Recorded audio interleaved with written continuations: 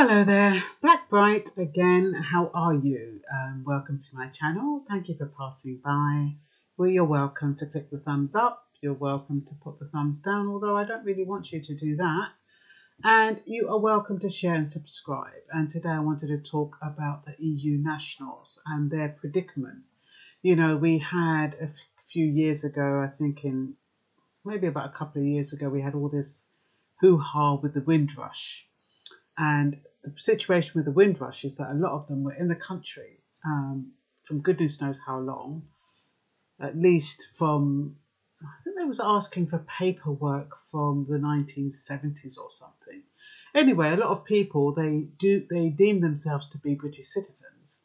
And so they didn't keep papers. And if you are a citizen, you're not, apart from a passport, you're not really going to think, oh, well, I'm going to need paperwork. And of course, majority of the people from the Caribbean of that era didn't travel, so they didn't need passports.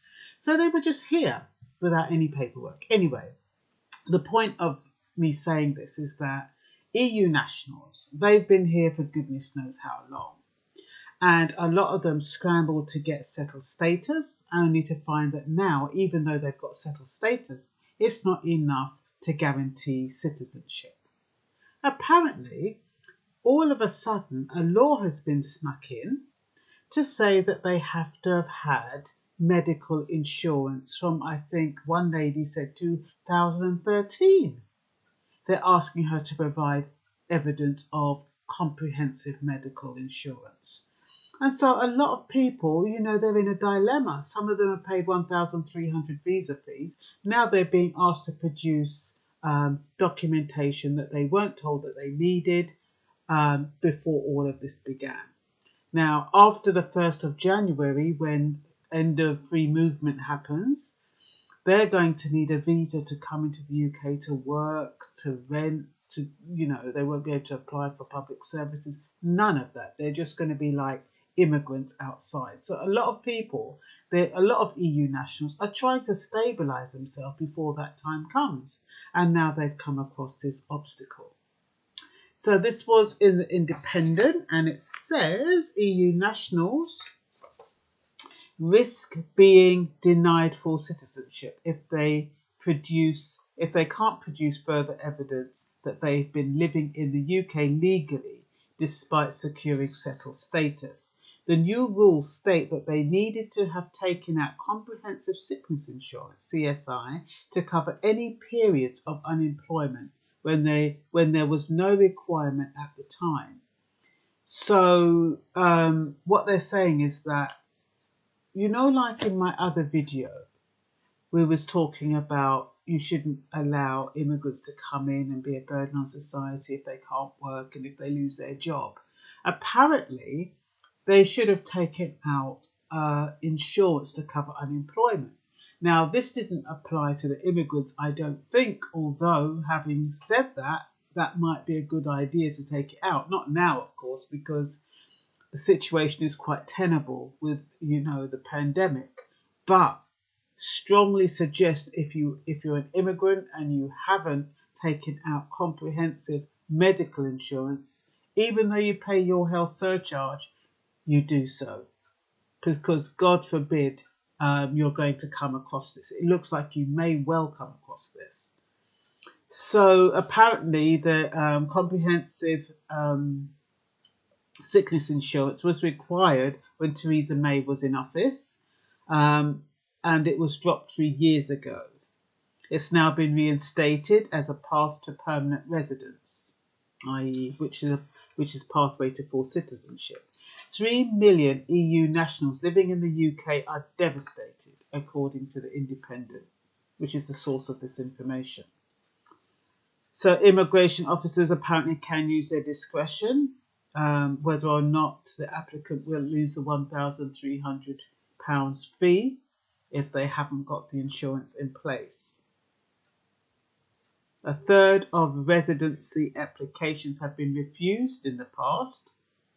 One woman, like I said, was asked to produce evidence of medical insurance from 2013. I think it's really, I mean, if you haven't asked for that in the past, why would that be a requirement now? I wonder if it was in the small print. So, in addition, EU nationals are not being given physical proof of their right to stay. Apparently, this is making them feel vulnerable, because what the Home Office is saying is that you could lose your paperwork, like the Windrush. Even though it was the Home Office that lost a lot of the paperwork, they reckon that they couldn't find a lot of the paperwork. They're now saying that EU nationals don't need any physical proof that they have a right to stay in the country. They're going to keep some electronic confirmation.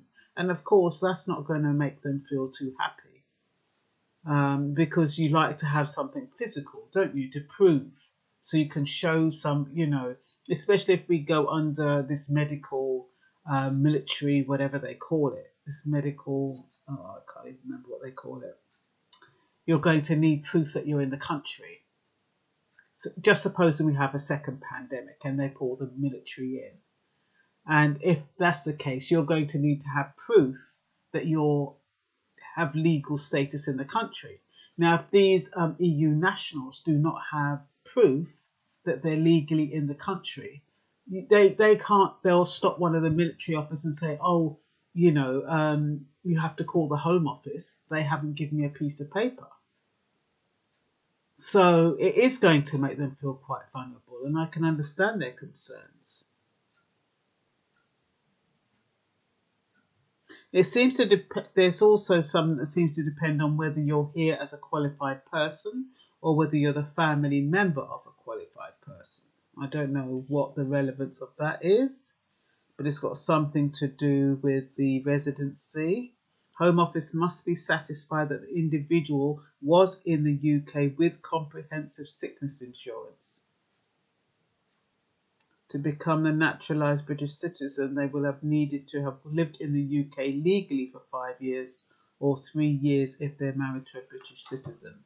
So yeah, it's not looking too great. It's horrible when you think everything is okay. You've got your settled status. You think that, it's just about sailing through. You just complete your application and then they throw a spanner in the works by asking for something that you didn't even know that you needed.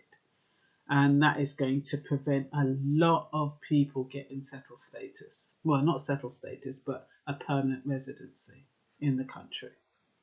Anyway, I just thought for those of you, well, I don't even know if you can do it retrospectively now. And now is not the time to take out insurance during a pandemic.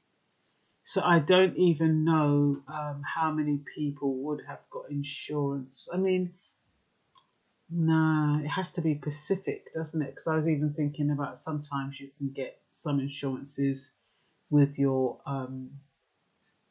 house and that kind of stuff. I know they give you legal insurance, but I'm quite surprised that they don't sell sickness insurance more openly. You don't really see it advertised, do you? But I remember when we used to want to loan money, when they had this big scandal, do you remember? With this PPI. Apparently a lot of banks, when they were giving you a mortgage or a loan on your credit card, they made you take out some kind of sickness insurance just in case you went off sick and you couldn't pay your loans. So, I mean, after that, that's the only time I ever heard of comprehensive sickness insurance. So anyway, it's worth looking into for all you EU nationals who don't have one. It's probably worth looking into one.